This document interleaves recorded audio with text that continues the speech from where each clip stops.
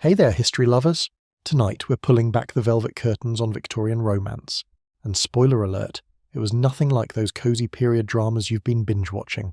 You know the ones, all longing glances across ballrooms, passionate confessions in rose gardens, and couples falling madly in love before the closing credits. Yeah, that's mostly fantasy wrapped in a corset. The reality? Picture this. You're trying to find a life partner while a middle-aged aunt watches your every move. You can't even shake hands without a formal introduction. And oh yes, the entire city smells like a combination of coal smoke and Thames River sewage. Romantic, right? Before we dive into this mess of etiquette rules and economic negotiations disguised as courtship, drop a comment below. Where in the world are you watching from? I want to know who's brave enough to explore the surprisingly unromantic truth about Victorian love. So dim those lights, get comfortable, and let's step into a world where finding your soulmate meant navigating a minefield of social rules that would make modern dating apps look like child's play. Trust me, by the end of this, you'll be grateful you live in the 21st century. Let's go. Let's set the scene properly because this matters. When we think Victorian romance, we picture clean streets, elegant parlours, and people who smell like lavender and good decisions. Wrong. Dead wrong. London was drowning in its own filth. The Thames River wasn't some picturesque waterway. It was an open sewer that stank so badly during the Great Stink of 1858 that Parliament had to soak their curtains in chloride of lime just to function. The famous London fog? That wasn't charming mist. That was industrial smog mixed with coal smoke so thick you could taste metal in your mouth. People were literally breathing poison while pretending to be refined. And here's the kicker, there was no central heating. None. These romantic encounters everyone fantasizes about. They happened in rooms cold enough to see your breath. Women wore multiple layers not just for modesty, but because otherwise they'd freeze. That elegant Victorian parlour where courtship happened, it had one fireplace that barely heated a corner of the room. Everyone else just suffered in silk. Now let's talk about what this meant for women, especially those from the middle class. Marriage wasn't a choice. It was economic survival disguised as romance. A middle-class woman couldn't own property, couldn't work respectable jobs, couldn't even control her own money if she had any. She existed in a world of rigid restrictions where her entire future depended on finding a husband. Think about that pressure. Every social interaction, every conversation, every outfit choice. All of it was a high-stakes performance where failure meant potential poverty or becoming a burden on your family. The romantic courtship you see in movies? That was actually a woman desperately trying to secure her economic future while pretending she was just being demure and charming. The social classes were separated by invisible walls that might as well have been made of steel. A middle-class woman could look at an upper-class man, but marrying him? Nearly impossible unless he was willing to face serious social consequences. And marrying below your class? That was considered a disaster that could ruin your entire family's reputation. So when we talk about Victorian courtship, we're not talking about love at first sight. We're talking about a brutal social system where romance had to squeeze itself into the tiny spaces between economic necessity, class restrictions, and the constant threat of poverty. That's the world where these so-called love stories happened. Victorian introductions weren't casual. They were orchestrated social performances with stakes higher than most modern job interviews. You couldn't just walk up to someone and start talking. That would be scandalous. Instead, everything required a formal introduction by a mutual acquaintance who would vouch for both parties' respectability. The process went like this. A gentleman would call upon a lady's home during designated visiting hours, usually between 3 and 5 in the afternoon. He'd present his card to the servant who'd take it to the lady of the house. She'd then decide whether to receive him or claim she wasn't home. This wasn't rude. This was standard practice. Being not at home was code for I don't want to see you, and everyone understood the game. If she agreed to see him, the first meeting would last exactly 15 minutes. Not 14, not 16, 15. Someone would literally be watching the clock.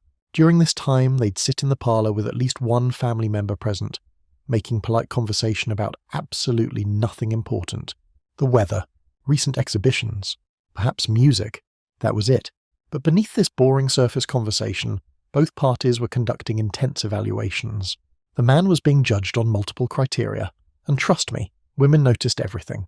His teeth mattered enormously. Bad teeth suggested poor health or poverty. His financial position was assessed through subtle clues. The quality of his coat, his shoes, whether he arrived in his own carriage or on foot. Military or colonial service was a huge plus. It showed he had discipline, income, and importantly that he'd survived dangerous situations. Women were literally checking whether this man had proved himself capable of providing and protecting. This wasn't shallow. This was survival calculation dressed up as polite interest. Women were being evaluated just as harshly, but on completely different criteria. Her eyes needed to be expressive but not too bold. She should look interested but never eager. Her skin needed to be pale. Tanned skin suggested outdoor labour, which meant lower class. Any hint of rouge or makeup was considered scandalous, suggesting loose morals. Her behaviour during this first meeting was being scrutinised for signs of proper breeding. Did she speak too much? That suggested she was forward and inappropriate. Did she speak too little? That suggested she was dull. She had to. Everything about these first impressions was a coded dance where both parties were trying to assess practical compatibility while pretending they were just being polite. The man was thinking, can she manage a household? Will she embarrass me socially? Can her family connections help my career? The woman was thinking, can he support me? Will he be cruel? Can I tolerate living with this stranger for the rest of my life? And here's the thing, they both knew they were being evaluated. This wasn't subtle. Everyone understood that courtship was a negotiation, and the first impression was where both parties laid out their credentials for inspection. Romance, if it came at all, would have to develop later. First, you had to pass the practical assessment. These visiting rituals could continue for weeks or months, with the same 15-minute performances repeated over and over, each time with slightly more relaxed conversation if things were going well. But make no mistake, every word, every gesture, every detail of appearance was being catalogued and analysed. Victorian courtship started not with chemistry, but with calculation. Now that we've covered how Victorians actually met each other in their cold, smelly parlours, let's talk about what they were wearing during these awkward encounters. Because Victorian fashion wasn't just about looking good. It was a complex system of social signalling, physical control, and non-verbal communication that makes modern dress codes look like casual Friday. The centerpiece of any discussion about Victorian women's clothing has to be the corset. We need to get something straight right away. This wasn't some delicate piece of lingerie. This was an instrument of physical control that reshaped the human body into a form that nature never intended. Think of it as the Victorian equivalent of those waist trainers influencers sell on Instagram, except actually effective and far more dangerous. A proper Victorian corset was constructed from heavy cotton or sometimes silk, reinforced with baleen, that's whalebone by the way, or later, steel. It laced up the back, which meant you literally couldn't dress yourself. You needed help. This wasn't a bug in the system, this was a feature. A woman who needed assistance to dress was clearly wealthy enough to afford servants, or at least had family members with time to help her. The corset's job was to create an hourglass figure by compressing the waist and pushing everything else either up or down. The ideal measurement was allegedly 18 inches around the waist, though most women probably didn't achieve this without serious health consequences. To put this in perspective, that's about the circumference of a large pizza. Now imagine trying to breathe, eat, or do anything remotely physical while your torso is compressed to pizza dimensions. Women wore these contraptions from their early teens until they died, pretty much. Taking off your corset in public would be like taking off your pants in modern society. Technically possible, but socially catastrophic. Even the Victorians preferred to pretend pregnant women just mysteriously got ill for 9 months, and then produced babies from somewhere unspecified. The corset caused all sorts of medical problems that Victorian doctors documented extensively, while somehow never suggesting that maybe, just maybe, the corset itself was the issue. Women fainted regularly, not from delicate feminine sensibilities, but from not being able to breathe properly. They developed digestive problems because their internal organs were being squeezed like toothpaste tubes. Some even had their lower ribs permanently deformed from years of compression. But here's the really twisted part. The corset was seen as morally necessary. Doctors and social commentators argued that without corsets, women's bodies would become loose and uncontrolled, which would naturally lead to loose and uncontrolled behaviour. The corset wasn't just shaping your waist, it was supposedly shaping your character, because nothing says moral virtue like restricted breathing and crushed organs. For courting purposes, the corset sent multiple messages simultaneously. First, it demonstrated that you came from a family that could afford proper undergarments and the help needed to lace you into them. Second, it showed you were willing to suffer for beauty and social acceptance. Third, it created the exaggerated body shape that was considered attractive, tiny waist, emphasized bust and hips. And fourth, it physically restricted your movement, ensuring you'd move slowly and carefully, which was considered appropriately feminine. A man courting a corseted woman knew several things just from looking at her silhouette. She was from at least the middle class. She was concerned with respectability. She was willing to follow social rules even when they were physically uncomfortable. and she was definitely not going to run away quickly if he turned out to be awful, because running in a corset wasn't really an option. Now let's add the next layer of this sartorial nightmare, the crinoline. If you're not familiar with crinolines, picture a cage made of steel hoops that went under a woman's skirt to make it balloon out in all directions. Early versions were made of horsehair and linen, which was itchy and heavy. The steel cage version was actually considered an improvement, which tells you something about how bad the earlier versions must have been. Crinolines were enormous. We're talking 5 feet in diameter at the base. A woman, this wasn't an accident, taking up space was a status symbol. If you could afford to wear a structure that made it impossible to walk through narrow doorways or sit on regular chairs, you were clearly wealthy enough not to worry about practical concerns like actually fitting places. The crinoline had some unintended consequences that Victorians tried very hard not to talk about. For one thing, wind was a serious enemy. If you could afford to wear a structure that made it impossible to walk through narrow doorways or sit on regular chairs, you were clearly wealthy enough not to worry about practical concerns like actually fitting places. The crinoline had some unintended consequences that Victorians tried very hard not to talk about. For one thing, wind was a serious enemy. A gust of wind could flip your entire skirt up like an umbrella, exposing your legs to public view. This was so mortifying that women developed a special walking technique to prevent it, and some even sewed lead weights into their hems. Nothing says romance like wearing fishing weights on your dress. Fire, crinoline. If you got hundreds of women died from crinoline fires during the Victorian era. Fashion literally killed people, and yet everyone kept wearing them because the social cost of not wearing one was considered worse than the risk of burning to death. For courtship, the crinoline served several purposes beyond just looking fashionable.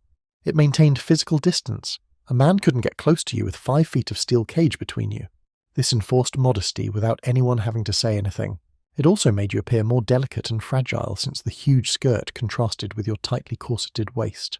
And practically speaking, it made any kind of physical labour impossible, which signalled that you were a woman who didn't need to work. Underneath the crinoline, women wore multiple petticoats. Even with the cage structure, you still needed layers of fabric to prevent the outline of your legs from showing through the dress material. God forbid anyone suspect you had legs. Most women wore at least 2 or 3 petticoats, made of cotton or linen, adding several more pounds to the total outfit weight. Let's talk about gloves, because in Victorian society, gloves weren't just accessories. They were mandatory equipment for any respectable interaction. Women wore gloves every time they left the house, and often inside as well. Taking off your gloves had social meaning. Gloves stayed on for casual social interactions. They came off for dinner, but only after you sat down. They definitely stayed on during those 15-minute courtship calls we discussed earlier. The glove rules were absurdly specific. You could shake hands while wearing gloves, but the handshake had to be brief and gentle. A man was never supposed to squeeze a woman's gloved hand. That would be too intimate. If a woman removed her gloves in your presence, it was a sign of comfort and acceptance. But she'd only do this after weeks of acquaintance. And men had their own glove rules. They had to remove their right glove before shaking another man's hand, but kept their gloves on when greeting a woman. During courtship, gloves added another layer of physical barrier between potential partners. Even the smallest touch, say, a hand on an elbow while helping a woman into a carriage, was filtered through fabric. Direct skin-to-skin contact before engagement was nearly impossible and certainly scandalous. The only exception was dancing, and we'll get to that minefield later. Gloves also communicated class and wealth. Poor quality gloves, or worse, no gloves at all, immediately marked someone as lower class. The colour mattered too. White or cream for daytime formal occasions, darker colours for travel or outdoor activities. Some women owned dozens of pairs of gloves. Glove etiquette was so complex that entire books were written about it, which seems excessive until you remember that Victorians had to fill their time somehow without streaming services. Now let's address the elephant in the parlour, makeup, or rather, the complete absence of it. Victorian women were not supposed to wear cosmetics. At all. This wasn't just a preference, it was a moral imperative. Makeup was associated with actresses and prostitutes, and the implication was clear. If you needed artificial help to look attractive, your natural virtue must be lacking. The irony here is thick enough to cut with a knife. Women were expected to achieve a very specific look. Pale skin, rosy cheeks, red lips, bright eyes, but they had to achieve it naturally or at least make it look natural. It was like Instagram filters, except you had to create the filter with your actual face through elaborate and sometimes dangerous means. Pale skin was absolutely essential. Tanned skin suggested you worked outdoors, which meant manual labour, which meant lower class. So women went to extraordinary lengths to maintain pallor. They carried parasols everywhere, wore wide-brimmed hats, and some even used skin-whitening products containing lead or arsenic. Yes, they poisoned themselves to look pale. The phrase beauty is pain doesn't quite cover slowly poisoning yourself with heavy metals. Some women did cheat, of course, but carefully. A tiny bit of rouge made from beet juice or crushed flower petals might be applied so subtly that it looked like natural colour. Some women would bite their lips or pinch their cheeks right before social calls to bring up natural colour. This wasn't exactly makeup, they'd argue, just enhancing what God gave them. The Victorians were excellent at finding loopholes in their own rules. Would she still look healthy in 5 years? 10 years? Women, meanwhile, had to hope their natural features were good enough, because they couldn't do much to improve them beyond maintaining that all-important pale complexion. Hair was where Victorian women could actually get creative, and boy, did they take advantage of this loophole. Hairstyles became incredibly elaborate, partly because hair was one of the few things you could openly manipulate for beauty without being accused of vanity or impropriety. Young unmarried women typically wore their hair down or partially down, styled in ringlets or loose waves. This was a signal of youth and availability. This wasn't just fashion, it was a social marker as clear as a wedding ring. You could tell a woman's marital status from across a ballroom or loose waves. This was a signal of youth and availability. This wasn't just fashion, it was a social marker as clear as a wedding ring.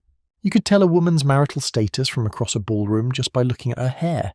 The updos married women wore were engineering marvels. Women would spend hours arranging their hair into elaborate constructions involving braids, twists, rolls, and additions of false hair if their own wasn't thick enough. These styles required numerous hairpins, we're talking dozens of pins per hairstyle. Women literally carried weapons in their hair, which seems like a security risk nobody thought through. Hair accessories communicated volumes in Victorian courtship. Simple styles suggested modesty and virtue. More elaborate styles showed sophistication and wealth. Someone had spent hours creating that hairstyle, whether the woman herself or a lady's maid. The types of ornaments mattered too. Fresh flowers were for special occasions and suggested youth and freshness. Ribbons were modest and appropriate for daily wear. Jeweled combs or tiaras were for evening events and indicated significant wealth. The colour and texture of hair also carried meaning. Dark hair was considered elegant and sophisticated.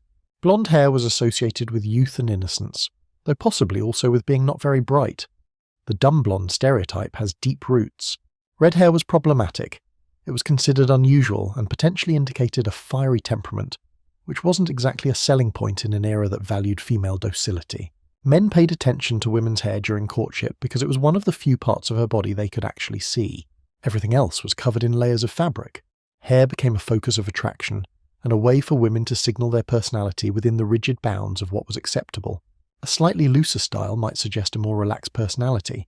A severe style communicated seriousness and propriety. Let's talk about jewellery, because in Victorian courtship, jewellery wasn't just decoration, it was a language.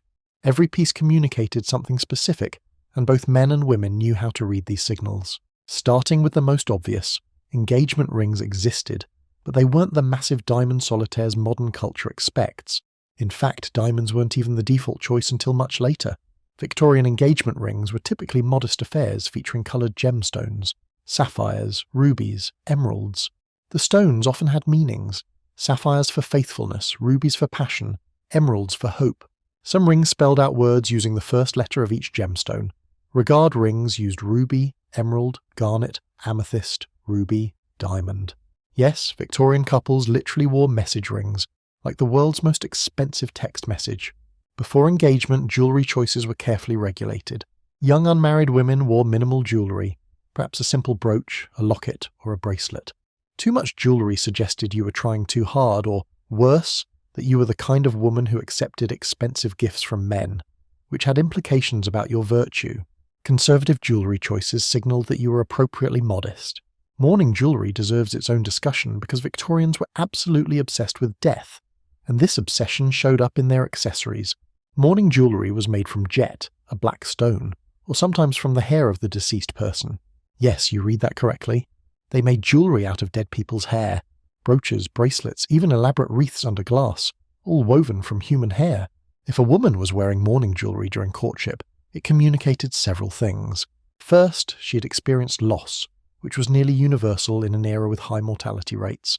Second, she was respecting social mourning periods, black for deep mourning, gradually transitioning to grey and purple for half mourning. Third, It showed she was sentimental and valued family connections. A woman who properly mourned her relatives would presumably be loyal to her future husband's family as well. The mourning periods themselves were elaborate and inflexible. A widow was expected to wear full mourning, all black, including black jewellery, for at least 2 years. During this time, courtship was impossible. She couldn't attend social events, couldn't wear colours, couldn't do anything that might suggest she was over her husband's death. After the full mourning period, she could transition to half mourning and gradually rejoin society. But remarriage during this time was considered scandalous. For women who hadn't lost a spouse but were mourning other relatives, the rules were slightly less strict but still specific. 6 months of mourning for a parent, 3 months for a sibling, 1 month for an uncle or aunt. The dress and jewellery had to match these periods. Showing up to a social event in the wrong stage of mourning was a social disaster that people would remember for years. Lockets were particularly popular during courtship because they could carry hidden meanings. A woman might wear a locket containing a tiny portrait or a lock of hair from a person she cared about. Men would give lockets as gifts, sometimes with their own portrait already inside. Subtle, right? The locket said, "Keep me close to your heart," which was about as romantic as Victorians got in terms of openly sentimental gestures. Brooches served both decorative and practical purposes. They held shawls and scarves in place, which was necessary because Victorian women were constantly wrapping themselves in additional layers against the cold. But brooches also communicated taste and refinement. A well-chosen brooch suggested artistic sensibility. A family heirloom brooch indicated good breeding and family connections. An overly flashy brooch suggested new money and poor taste. Men's jewellery options were far more limited, but they still managed to communicate class and status through what little they could wear. A watch chain was essential, and yes, it had to be a chain, not a leather strap. The chain's weight and quality indicated wealth. Gold was for wealthy men, silver for the middle class, and cheaper metals for those lower down the social ladder. The watch itself was usually kept in a pocket, but the chain draped across the vest was visible and made a statement. Cufflinks, tie pins, and rings were the other main options for men's jewellery. Wedding rings for men weren't standard. Those didn't become common until much later. But a signet ring with a family crest was acceptable and desirable, as it proved you came from a family important enough to have a crest. University or military rings also worked, showing education or service. During courtship, a man's jewellery choices were scrutinised as carefully as his teeth or his coat quality. Too much jewellery suggested vanity or possibly foreign influence. British men were supposed to be understated.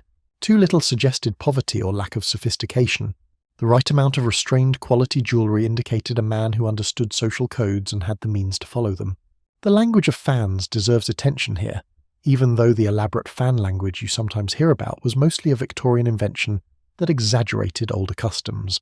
Still, fans were important accessories that women used during courtship, and they did communicate certain things, even if not through a complex sign language. Fans served the obvious purpose of cooling you down, which was necessary when you were wearing multiple layers of heavy fabric in unventilated rooms. But they also gave women something to do with their hands during awkward social interactions. Nervous? Flick the fan open and closed. Need a moment to think of a response? Adjust your fan. Want to create a subtle barrier between yourself and an unwanted suitor? Fan becomes a shield. The type of fan you carried said something about you. Painted silk fans suggested artistic taste and refinement. Feather fans were more exotic and daring. Simple paper fans were practical and modest. The most expensive fans had ivory or mother-of-pearl handles and hand-painted scenes. These were status symbols as much as functional items. Women could use fans to control the conversation in subtle ways. Fanning rapidly indicated agitation or discomfort. Snapping a fan shut could punctuate a point or signal the end of a conversation. Dropping a fan, accidentally, gave a man an excuse to pick it up and return it, creating an interaction where none existed before. Some historians have debated how much of this was deliberate language versus just normal fan use. But clearly women understood that fans could be tools of communication. Let's return to the overall picture of what a woman wore during courtship and what it all meant collectively. Remember, we're talking about layers upon layers of clothing, each serving multiple functions. Working from the inside out: chemise, drawers, corset cover, multiple petticoats, crinoline or bustle, depending on the decade, the actual dress, and then accessories like shawls, gloves, bonnets, and jewellery. Getting dressed took forever. A wealthy woman might spend an hour or more with her lady's maid just getting into her outfit for the day. A middle-class woman who dressed herself with help from family members still needed at least 30 to 45 minutes. This wasn't just vanity. The clothing was physically impossible to put on alone. Try lacing a corset up your own back. It doesn't work. This meant that spontaneity was nearly impossible. You couldn't just decide to go out. You had to plan ahead, allow time to dress appropriately, and make sure you had help available. For courtship, this added another layer of formality. Every meeting, every outing, every social call required advanced preparation. Romance with the weight of a full Victorian outfit is hard to overstate. Between the corset, the crinoline or bustle, the petticoats, the dress, and all the accessories, a woman might be carrying 20 to 30 pounds of clothing on her body. That's like wearing a toddler strapped to your torso all day. Walking any distance was exhausting. Climbing stairs was a workout. Doing any this physical restriction was, again, not a bug but a feature. A woman who couldn't move quickly or freely was dependent on male assistance. She needed this built-in helplessness was considered attractive because it gave men opportunities to demonstrate their protective capabilities and gave women chances to seem charmingly dependent. But here's something the period dramas rarely show. Victorian clothing was incredibly uncomfortable. The weight of the skirts pulled on your waist and shoulders. The high collars chafed your neck.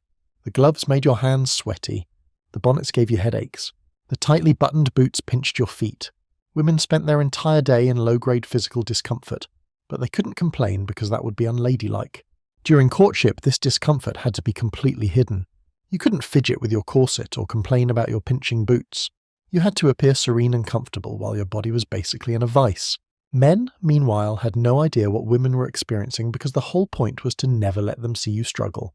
The person you were courting genuinely believed you were just naturally graceful and comfortable in all this ridiculous clothing.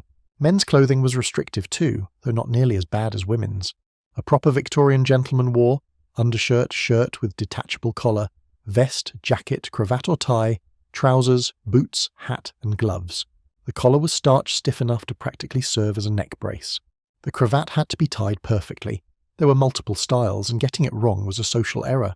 The jacket had to fit precisely. Too tight or too loose both looked bad.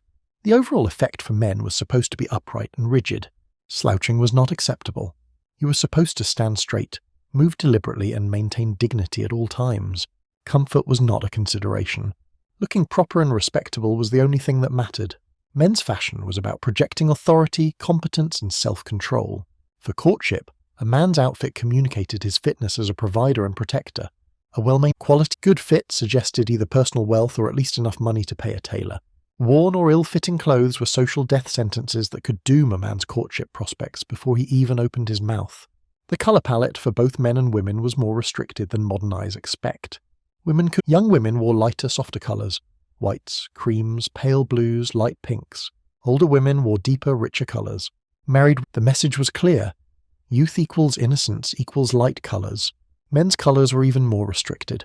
Black, dark grey, dark brown and navy were pretty much it for formal occasions.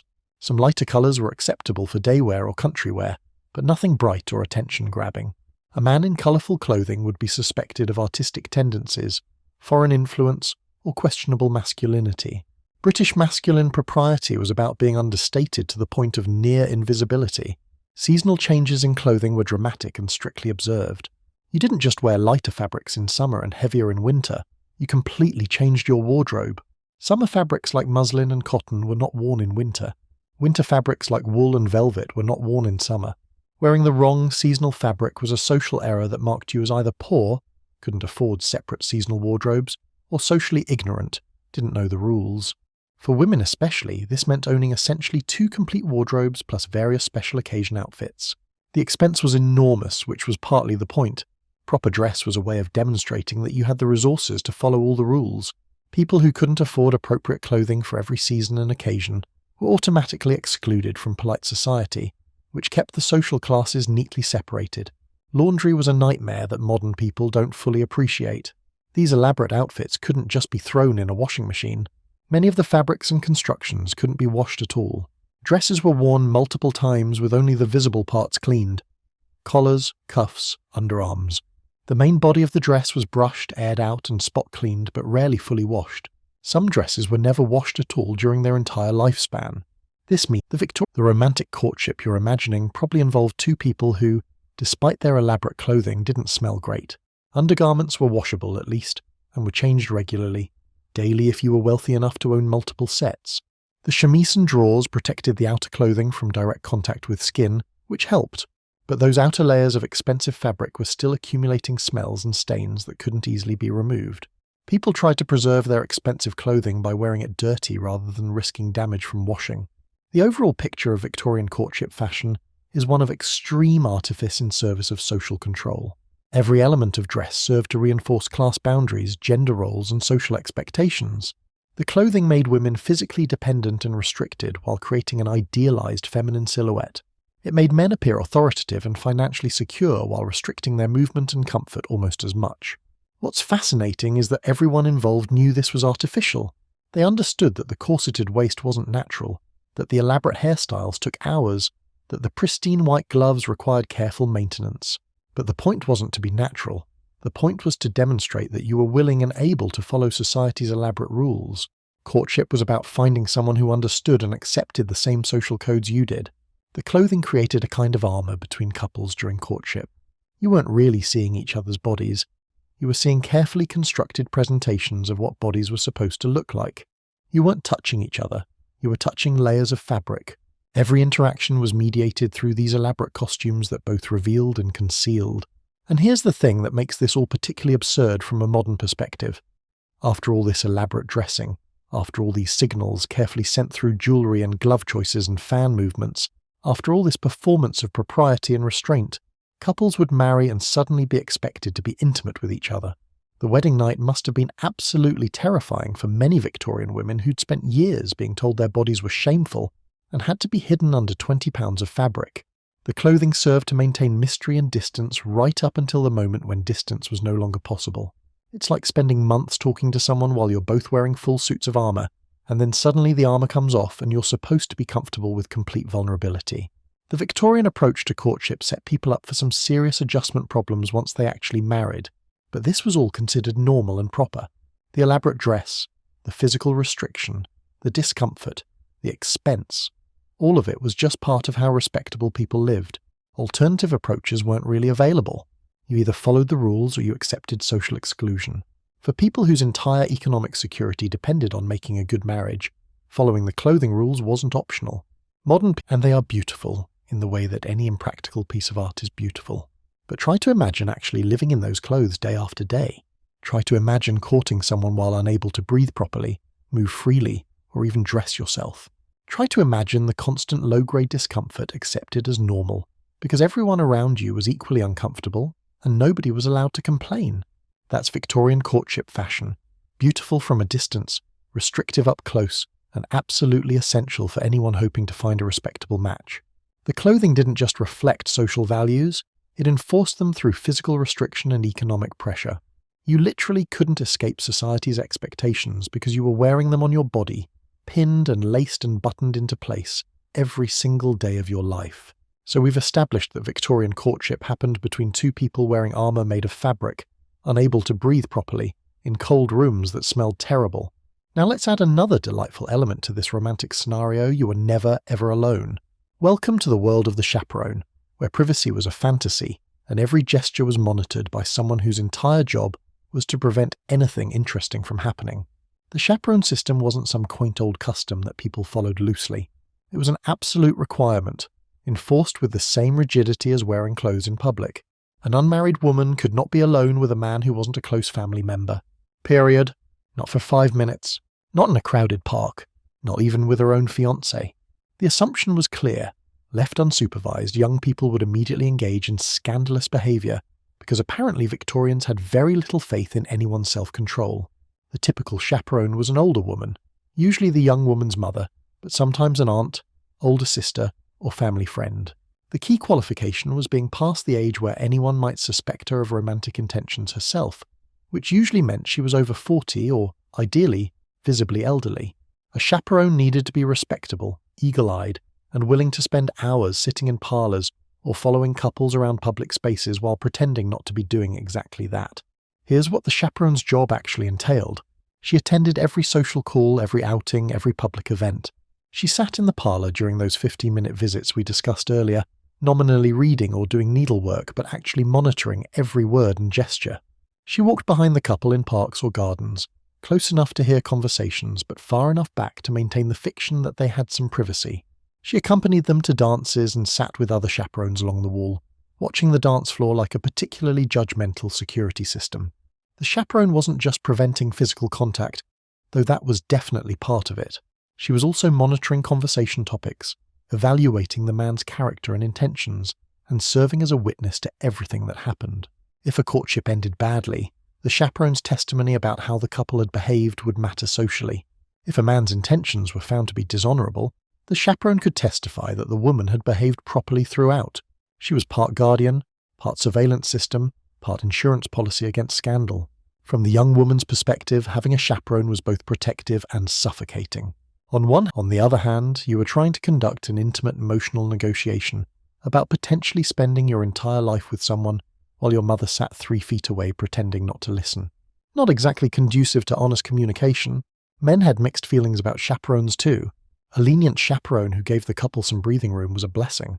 A strict men would, if she was the type to follow you around with a measuring tape checking that you stayed exactly 3 feet apart at all times, that was going to be a long, frustrating courtship. Some chaperones were professional about it, treating it as a duty they performed with as much grace as possible. Others seemed to actively enjoy their power over the young couple, finding ways to interrupt any conversation that seemed too intimate or insisting on ridiculous restrictions just because they could.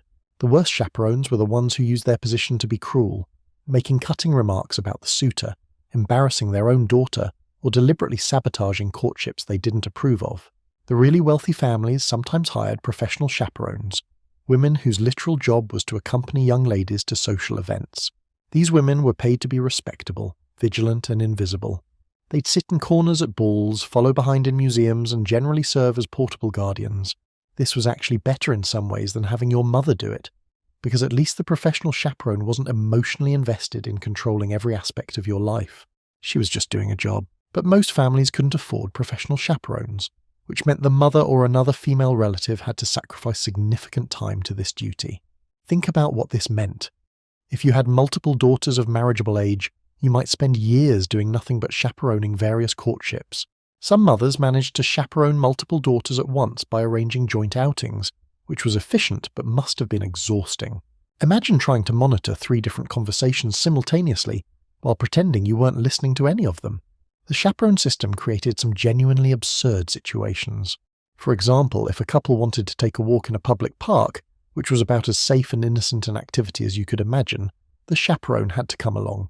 She'd walk behind them at a specific distance, close enough to be present but far enough to suggest the couple had privacy, except everyone knew she was there specifically to prevent privacy, so the whole pretense was ridiculous. The couple would have a halting conversation knowing that everything they said might be overheard and later discussed. At social events like dances or parties, chaperones congregated in designated areas, usually along the walls or in specific sitting rooms. They'd chat with each other, mostly about the young people they were chaperoning, while keeping constant watch on their charges. It was like a group surveillance operation disguised as a tea party. The chaperones all knew each other, compared notes on various suitors, and generally formed their own social network based on their shared duty of preventing romance from getting out of hand. Everything of any significance had to be communicated either through carefully coded language that wouldn't alarm the chaperone, or through written letters, which we'll discuss later.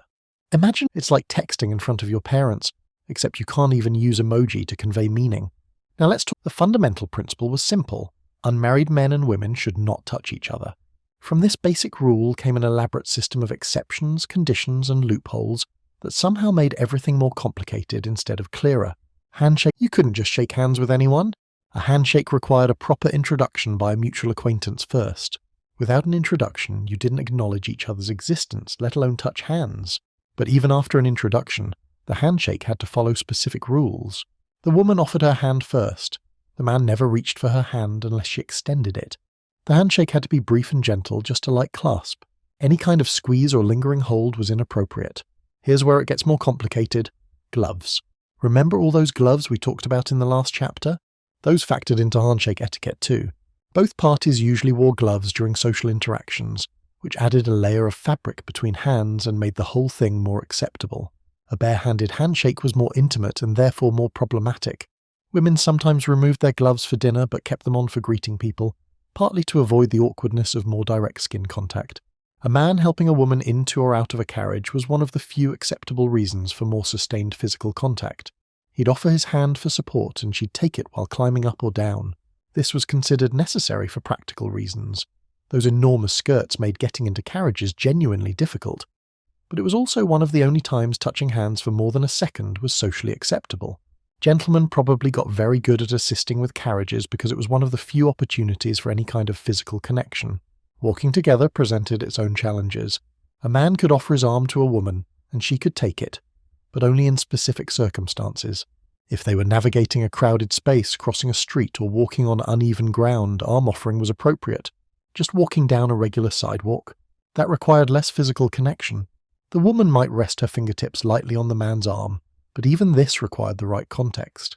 And remember, the chaperone was walking behind them the entire time, evaluating whether the level of physical contact was appropriate for the situation. The arm offering had its own etiquette. The man extended his left arm, bent at the elbow.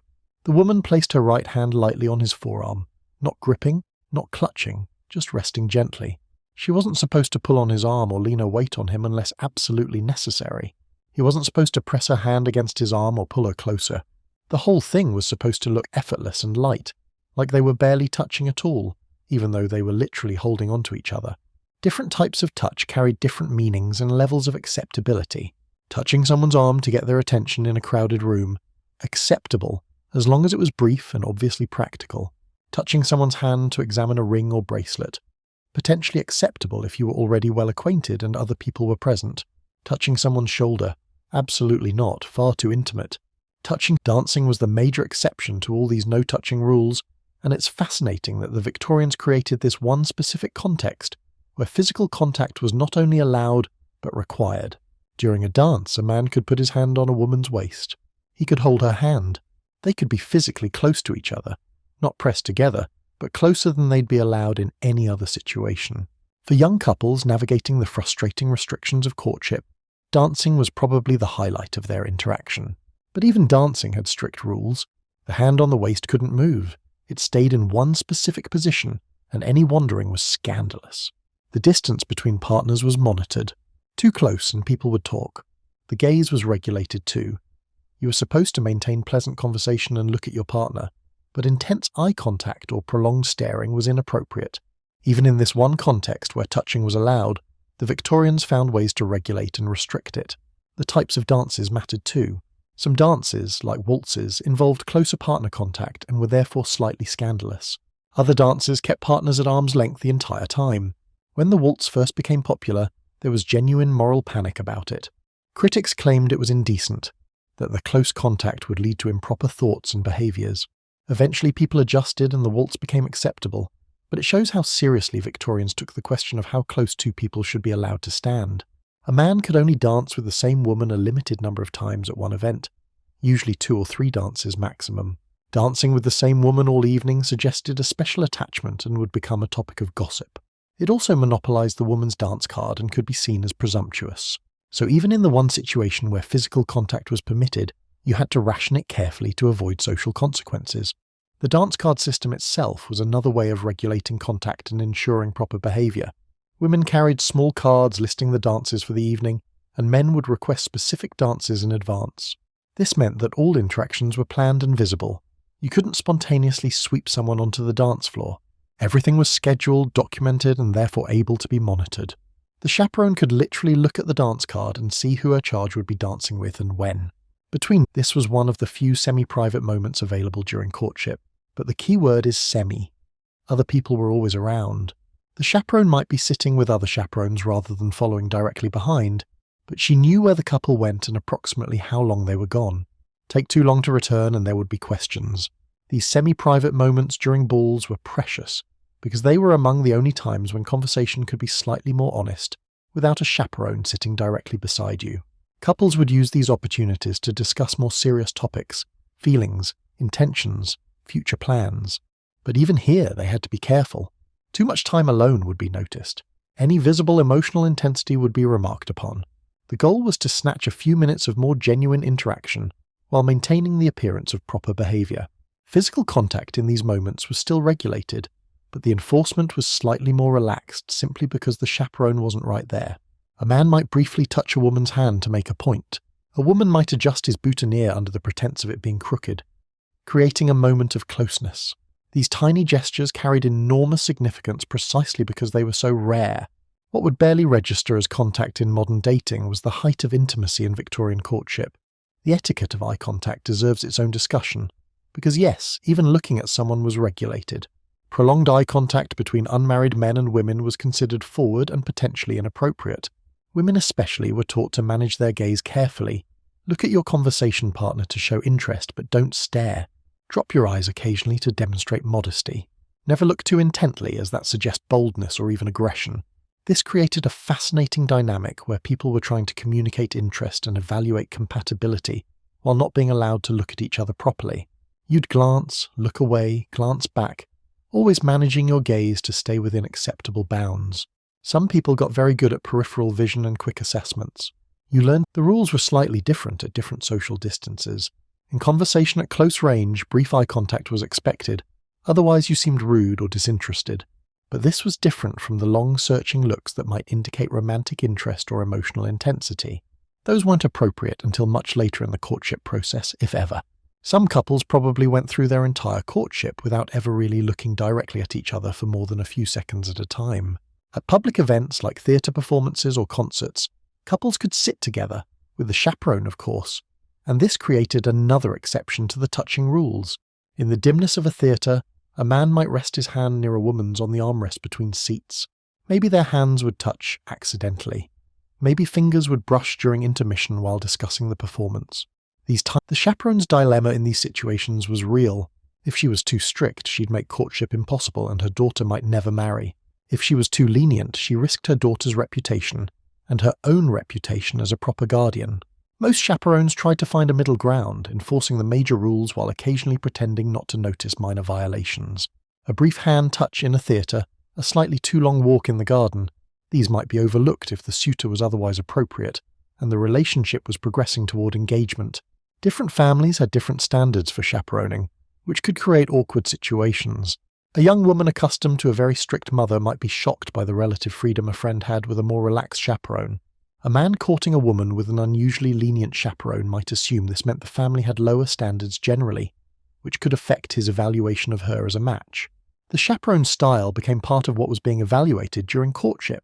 Some creative couples found ways to work within the system while pushing its boundaries. They'd arrange to attend the same social events, knowing they'd see each other even if they couldn't be alone. They'd position themselves at public venues like museums or exhibitions where the chaperone would be present but might be distracted by the exhibits. They'd develop coded conversation styles that allowed them to communicate more openly, while sounding appropriately bland to anyone overhearing. Letters became crucial precisely because they were one of the only forms of interaction that didn't require a chaperone's immediate presence. We'll discuss letters more in the next chapter, but it's worth noting here that the written word provided privacy that face-to-face conversation couldn't. A letter could be read and reread, pondered over, responded to thoughtfully. It allowed for emotional honesty that was impossible in the parlour with mother listening. The transition from strict chaperoning to slightly more relaxed standards was a significant milestone in courtship. Once a couple was officially engaged, the rules changed. They still couldn't be completely alone, but the supervision became less intense. They might take walks with the chaperone following at a greater distance. They could hold hands, briefly and decorously, but it was permitted. The engagement period was like a halfway house between total surveillance and the married privacy that would come after the wedding. But even engaged couples faced restrictions that modern people would find ridiculous. They still couldn't be alone in a house together. They couldn't travel together without chaperones. Kissing was debatable. Some families permitted engaged couples to kiss goodbye or in greeting, but others considered even this too forward before the wedding. The engagement ring on her finger didn't grant much additional physical freedom. The chaperone system created interesting social dynamics among young people. They'd commiserate about their restrictions, share strategies for gaining a few moments of relative privacy, and probably complain extensively about particularly strict chaperones. At social gatherings, groups of young people would sometimes cluster together, partly because there was safety in numbers. With multiple couples present, chaperones could monitor from a slight distance rather than hovering directly over one couple. The whole system was designed to prevent any situation where a woman's virtue could be compromised or even questioned. The underlying assumption was that women couldn't protect themselves and men couldn't be trusted. Left alone, something inappropriate would definitely happen, and the woman's reputation would be destroyed. Never mind that both people might be perfectly capable of behaving appropriately. The possibility that they might not was enough to justify constant surveillance. This meant that the development of emotional intimacy during Victorian courtship happened almost entirely in public spaces under observation. You had to form a deep connection with someone while performing propriety for an audience. You had to evaluate compatibility while following a script of acceptable conversation topics and behaviours. You had to fall in love if that was going to happen, while maintaining careful distance and restraint at all times. The irony is that all these restrictions were supposed to make courtship more proper and restrained, but they probably made people more obsessed with physical contact. When something is forbidden and monitored, it becomes more significant. A brief touch of hands that would mean nothing in a less restricted culture became loaded with meaning in Victorian courtship. Every small gesture carried weight because gestures were so carefully rationed. For women especially, the chaperone system was a reminder of their social position. You weren't trusted to manage your own interactions. You weren't considered capable of making good decisions about your own behaviour. You needed constant supervision because, the system implied, you were fundamentally vulnerable and couldn't be allowed to take risks with your reputation. Even if you personally had excellent judgment, the social rules didn't care. You still needed a chaperone. Men dealt with their own frustrations in this system. Trying to court someone while her mother sits there watching your every move isn't exactly conducive to authentic connection. You couldn't relax, couldn't speak openly, couldn't show vulnerability or uncertainty. Everything. The person you were courting was seeing a carefully managed version of you, just as you were seeing a carefully managed version of her. The chaperone system also meant that courtship was exhausting for everyone involved. The young couple had to maintain perfect propriety for hours at a time. The chaperone had to remain alert and attentive, which is genuinely tiring. Ask anyone who's ever had to watch small children for extended periods. Family members who weren't directly involved still had to be available to chaperone when needed, meaning their time and freedom were constrained too. Some families were so strict that they barely allowed courtship to happen at all. Interactions were kept to absolute minimums. The chaperone never gave the couple any breathing room, and the whole process was designed more to prevent anything from happening than to allow a relationship to develop. These courtships often failed because the couple never got enough genuine interaction to determine if they actually liked each other. At the other extreme, some families were relatively relaxed within the bounds of what was socially acceptable. The chaperone might be present but give the couple some space. She might strategically focus on her book or needlework during conversations. These courtships had a better chance of developing into genuine partnerships because the couple actually got to know each other somewhat. Class played a role in how strictly the chaperone system was enforced. Upper-class families could afford to be stricter because their daughters had more social capital to protect and more options for finding suitable matches. Middle-class families had to balance propriety with practicality. Too strict and their daughter might miss opportunities. Too lenient and she might gain a reputation that would eliminate her from consideration by respectable suitors. Working-class families couldn't always afford the luxury of constant chaperoning. When everyone needed to work, you couldn't spare someone to follow young couples around. This didn't mean working-class courtship was a free-for-all, but it did mean the surveillance was less constant. Ironically, working-class couples probably got to know each other better before marriage than upper-class couples did, simply because they had more opportunities for genuine interaction. The whole chaperone system reflected broader Victorian anxieties about control, propriety and sexuality. The Victorians were simultaneously obsessed with sex and terrified of it. They couldn't talk about it directly, so they built elaborate systems to prevent it from happening outside marriage, while pretending they were just maintaining proper decorum. The chaperone was the physical embodiment of this anxiety, a person whose job was to prevent natural human attraction from manifesting in any observable way. From a modern perspective, it seems almost cruel to put young people through this. You're trying to choose a life partner, arguably one of the most important decisions you'll ever make, but you're not allowed to really know the person. You can't be alone with them, can't touch them beyond the most formal gestures, can't have honest conversations without an audience, can't see how they behave when social pressure is off. You're making a lifetime commitment based on incredibly limited and carefully managed interaction. But from the Victorian perspective, this was the only way to maintain social order and protect reputation. A woman whose reputation was compromised couldn't marry well, which could doom her to poverty. A man who was known for inappropriate behaviour toward women would find doors closed to him socially and professionally. The chaperone system also served another function. It slowed everything down. Modern dating can move quickly, sometimes too quickly. Victorian courtship was necessarily slow because every interaction required planning, preparation and supervision. This forced people to take time, to be deliberate, to think carefully about their choices. Whether this led to better matches is debatable, but it certainly prevented impulsive decisions. After months of this, the constant supervision, the regulated touches, the careful conversations, engagement must have felt like an enormous relief. Finally, slightly more freedom. Finally, the ability to hold hands without it being a scandal. Finally, some acknowledgement that you were forming a partnership.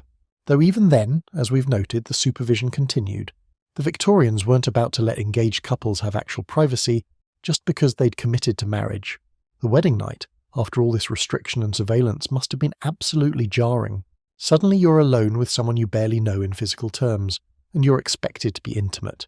The Victorian courtship system set people up for this dramatic transition from total restriction to sudden intimacy, with no gradual middle ground. It's a wonder Victorian marriages worked at all, though of course many of them didn't work particularly well, which nobody talked about because that would be improper. Looking back at the chaperone system and the rules about physical contact, what's striking is how much effort went into preventing natural human connection. All these rules, all this surveillance, all this careful management of where people stood and how they looked at each other. It was an enormous societal investment in keeping people apart. The Victorians built an elaborate machine for preventing intimacy, then stuck young couples into it and expected them to form lasting partnerships anyway. Some couples managed to develop genuine connections despite all the restrictions. They learned to communicate through coded conversations, found meaning in small gestures, built emotional intimacy through letters and carefully managed interactions. The restrictions didn't prevent love from developing. They just made it much more difficult and forced it into narrow, approved channels. Other couples never really connected at all. They went through the motions of courtship, followed all the rules, got engaged and married, and then spent the rest of their lives with someone they barely knew. The chaperone system